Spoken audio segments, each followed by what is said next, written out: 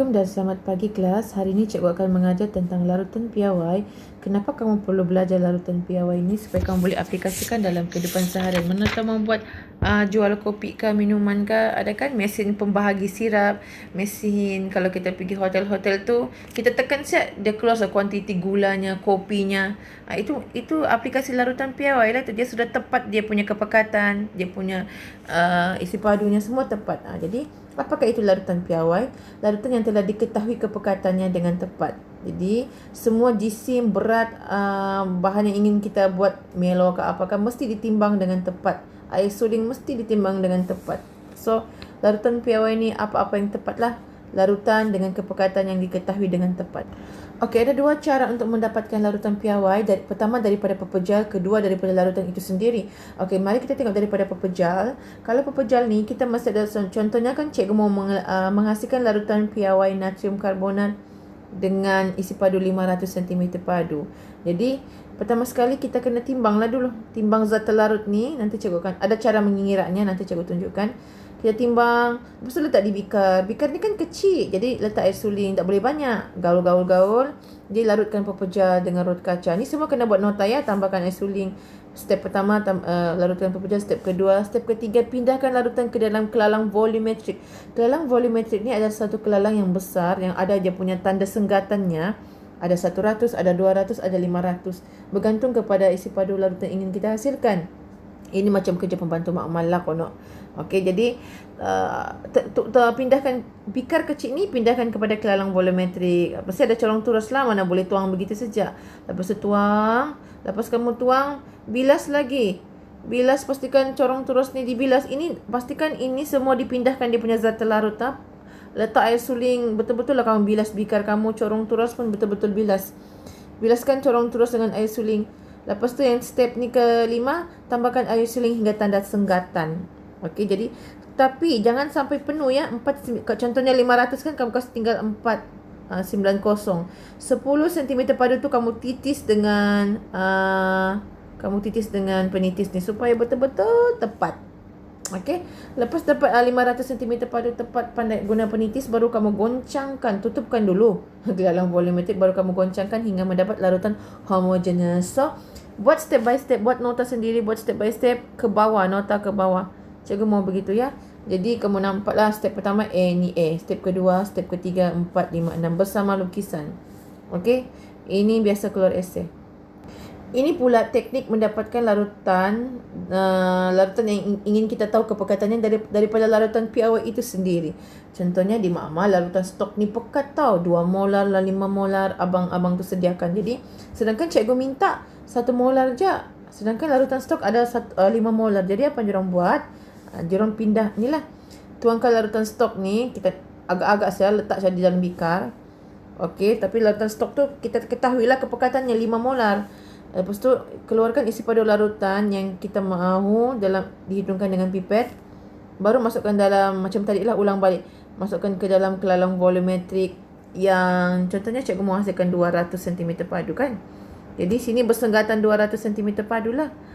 Okey, jadi macam biasalah, tambahkan air suling. Okey, dan sepatutnya pipet ni dibilas dulu. Pipet ni sampai sini kan, pipet ni pastikan betul-betul kamu pindahkan stok tu, bilaskan dengan dia punya larutan stok sampai semua habis. Jangan bilas dengan air suling ya, sebab nanti akan berubah kepekatannya. Okey, barulah pergi tambahkan air suling hingga perlahan dengan menggunakan penitis macam biasalah, goncang. So ada dua, daripada pepejal yang belum jadi larutan, dan daripada larutan stok kepada larutan piawai yang ingin cikgu inginkan. Okey, ini adalah formula yang perlu kamu hafal sebab exam nanti tidak dibagi. Inilah sebelum pencairan dan selepas pencairan. Ini untuk larutan stok lah. Contohnya M1 ialah kemolaran larutan stok sebelum dicairkan. Jadi M1V1 ni isi padu larutan aqueous yang belum dicairkan lah. Ini M1V1 bahagi 1000 sama dengan M2V2 bagi 1000. Kenapa bagi 1000? Sebab biasanya isi padu larutan dalam sentimeter padu kan kena bagi 1000. Jadi dia bagi siap-siap. Dia macam ni lah. Dia formula asalnya ini, bilangan mol sebelum pencairan sama dengan bilangan mol selepas pencairan. So bila buka formula bilangan mol adalah MV per 1000. Jadi dia bagilah Okey, jadi ini sebenarnya formula betulnya. M1V1 sama dengan M2V2. Kalau kamu pakai ini, pastikan kamu sudah bahagi kamu punya isi padu larutan tu dengan 1000. So, tak payah masuk dalam formula. Okey, faham ya begitu? So, apakah M2? M2 adalah kemolaran ataupun kepekatan larutan setelah dicairkan. Jadi, kepekatannya rendah ya sebab dicairkan kan. V ialah isi padu larutan selepas dicairkan. Jadi, ini bertambah lah. Sebab bila dicairkan, maksudnya kita sudah tambah air kan. Okey. Contoh kita tengok pengiraan ni ya.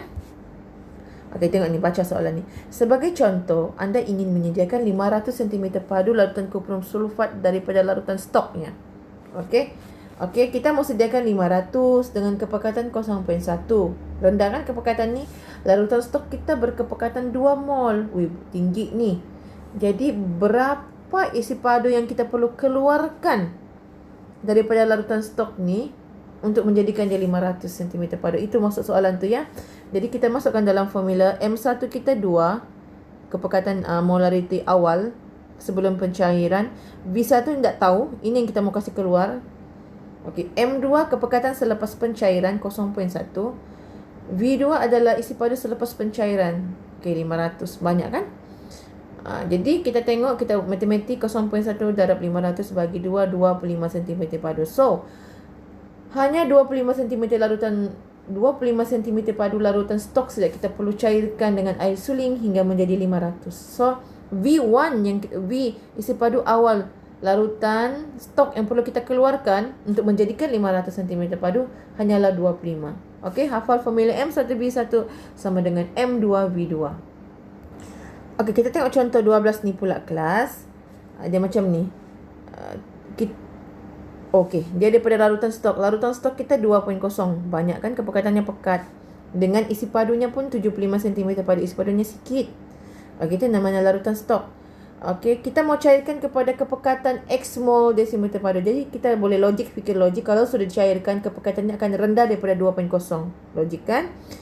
Okey, apabila 25 cm padu air suling ditambah 25 cm padu air suling ni ditambah ke mana? Ditambah ke 75 ni kelas. Pastikan kamu faham tu soalannya. That's why lah V2 dia, isi padu selepas pencairan dia adalah 100. Okay, so kita tengok formulanya. Ni 100 dia sudah tambah. Jadi M1 kita dapatlah 2.0. V1 kita isi padu sebelum pencairan 75. Jadi kepekatan selepas pencairan ini yang kita perlu cari. Isi padu selepas pencairan bertambah sudah 75, of course lah ini 100. Okey kelas? Jangan pula kamu ambil 25 tu sebagai isi padu selepas pencairannya. So matematik punya matematik, inilah 2 kali 75 bagi 100, kamu akan dapat 1.5 mol desimeter padu. So logiklah kepekatan larutan selepas pencairan ada sedikit rendah daripada larutan stok 2.0. Faham ya kelas?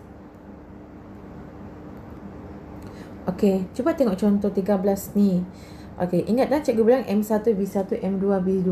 M1V1 ni sebelum pencairan, M2V2 ni selepas pencairan. Logically, M2 ni kepekatan dia akan rendah daripada M1 sebab ini larutan stok. Ini sudah cair, jadi kepekatannya merosot sikit. Okey, V1 logically dia semesti kecil daripada V2 sebab kita belum tambah air V1 ni, belum tambah air suling. V2 ni sudah kita mau cipta yang banyak sudah. 250 ke 500 ke kan?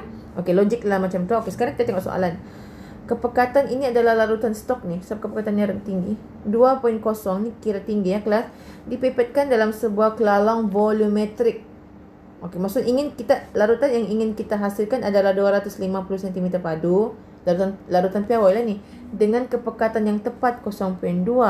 Jadi kamu perasan tak ini sudah 0.2 ni rendah sikit kepekatannya. Maksudnya ini M2. Okey. Jadi ini M1 lah kepekatan sebelum pencairan. Okey, ini 250 cm padu ni ini apa? V2 ke atau V1?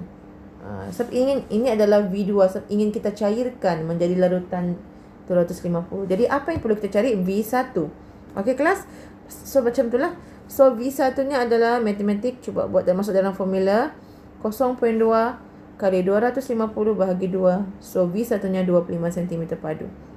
So logically lah. So kalau kita masukkan dalam formula 2 kali 25 equals to M2 kita berapa? 0.2 kali V2 250. Okey, logik kan? Cikgu bilang ini besar, ini kecil. Ini kecil, ini besar. Okey, jadi apa yang tadi tu? Pastikan hasil darab diorang ni akan sama. Okey kelas, 2 kali 25, 0.2 kali 25 tu akan dapat benda yang sama. Okey, kalau kamu mau bahagi 1000, pastikan kalau kamu mau bagi 1000, ini akan tukarlah. 250 ni akan jadi 0.25, ini akan 0.025. Macam tu lah ya kelas. So cikgu nampaknya dia tidak masuk dalam formula. Dia sudah boleh mati. Dia mati semula jadi. Ni kan potong dia boleh mati kan. Dia punya rumus tu. At the end sentimeter padu. Okey, kalau kamu perasan, kalau macam ni kan dia tidak bahagi awal-awal 1000. Jadi at the end janganlah kamu tukar kepada DM. Sebab 1000 tadi tu desimeter padu dia tidak bertukar dari awal. Sebab dia boleh masih mati kan. Mati unit ni. Tinggallah unit sentimeter padu kelas.